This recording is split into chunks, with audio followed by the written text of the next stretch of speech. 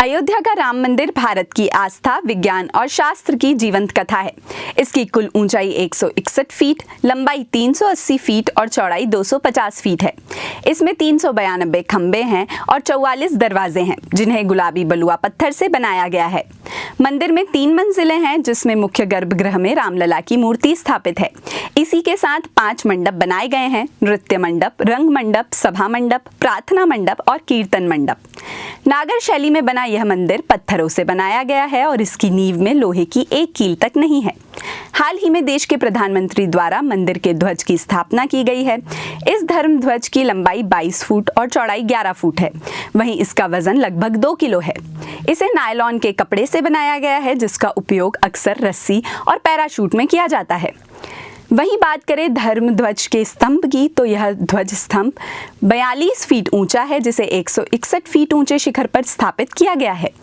राम मंदिर के शिखर पर फहराया जाने वाला यह भगवा ध्वज समकोण त्रिभुजाकार है। ध्वज के एक तरफ दीप्तिमान सूर्य की तस्वीर है, जो भगवान राम के तेज और उनकी वीरता का प्रतीक है। यह भगवान राम के सूर्यवंश को दर्शाता है। यह पवित्र भगवा ध्वज गरिमा, एकता और सांस्कृतिक निरंतरता का संदेश देता है और राम राज्य के आदर्शों का प्रतीक माना जाता है।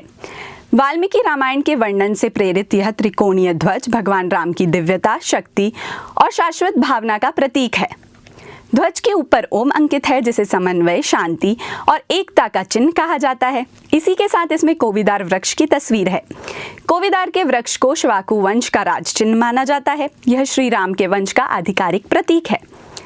इस ध्वज को अहमदाबाद के एक पैराशूट स्पेशलिस्ट ने डिजाइन किया है। इस ध्वज को खास तरीके से तैयार किया गया है। इसकी खासियत है कि इस पर किसी भी मौसम की मार नहीं पड़ सकती, यानी हर मौसम में ध्वज मजबूती से लहराता रहेगा। मंदिर के इस ध्वज को हाथों से तैयार किया गया है और इसमें एविएशन ग्रेड पैराशूट, नायलॉन और रेशम मजबूत तरीके से बनाया गया है, यानी तेज धूप पड़े या फिर तेज बारिश हो, ये धर्म ध्वज हर तरह के मौसम को झेल सकता है। इसमें कुल 3 लेयर का इस्तेमाल किया गया है।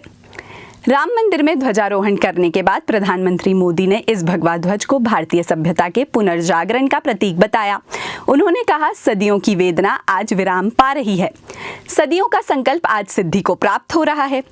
आज उस यज्ञ की पूर्णाहुति है जिसकी अग्नि 500 वर्ष तक प्रज्वलित रही। उन्होंने कहा, यह वो यज्ञ है जो एक पल भी आस्था से डिगा नहीं, एक पल भी विश्वास से टूटा नहीं। ध्वज का भगवा रंग, इस पर रची सूर्यवंश की ख्याति, वर्णित ओम शब्द और वृक्ष राम राज्य की कीर्ति को प्रतिरूप करता है। ये ध्वज संकल्प है, ये ध्वज सफलता है और संघर्ष से सृजन की गाथा है। ये संतों की साधना और समाज की सहभागिता की सार्थक परिणति है। आपको बता दें, मंदिर के शिखर पर लहराता हुआ ध्वज ऊर्जा, आस्था और अध्यात्म का प्रतीक होता है। सभी छोटे बड़े मंदिर के शिखर पर ध्वज अवश्य लगाया जाता है, जिसके कई धार्मिक महत्व हैं। यह ध्वज मंदिर में भगवान की उपस्थिति का प्रतीक होता है। ध्वज को मंदिर का रक्षक माना जाता है और यह मंदिर को बुरी शक्तियों से दूर रखता है। ऐसी मान्यता है कि मंदिर के शिखर पर ध्वज दिव्य ऊर्जा का संचार भी करता है। इसलिए कहा जाता है कि मंदिर का शिखर मंदिर के अंदर मौजूद प्रतिमाओं के बराबर ही पवित्र और पूजनीय है। अगर कोई मंदिर में दर्शन नहीं कर पाता तो उसे शिखर के दर्शन करने मात्र से लाभ मिलता है, क्योंकि कहते हैं ना, शिखर दर्शनम पाप विनाशनम। इस वाक्य के अनुसार मंदिर के शिखर का दर्शन करना पापों का विनाश करने के बराबर होता है।